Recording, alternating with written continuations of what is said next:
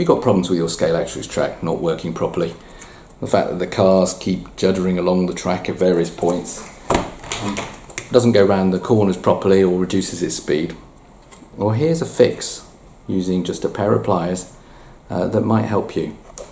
If you look on the back, there is a small pin here, or fold over of the metal, which I've noticed on my track has become a bit loose, and that's reducing the contact between the points without the sticky out male parts.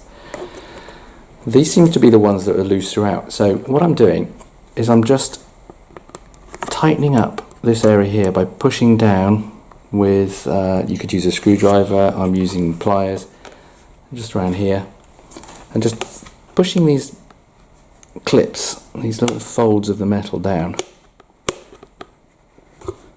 to improve the electrical contact.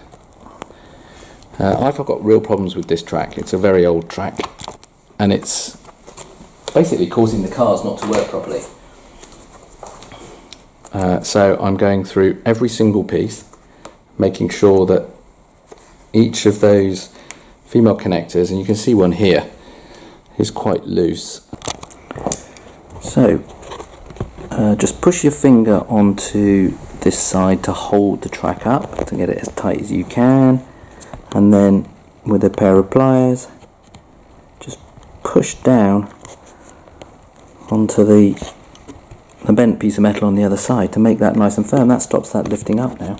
Hopefully that will improve the electric contact and give me a better race. So I'm going to carry on doing the rest of these pieces. I'm going to put it together again and let's see how it works. So as I slide them in, I can feel that's a much better connection than it was before I did all these modifications. So I'm really hopeful that this is going to have fixed the problem. And as you can see now, the cars are running pretty much as they should, apart from when they fall off.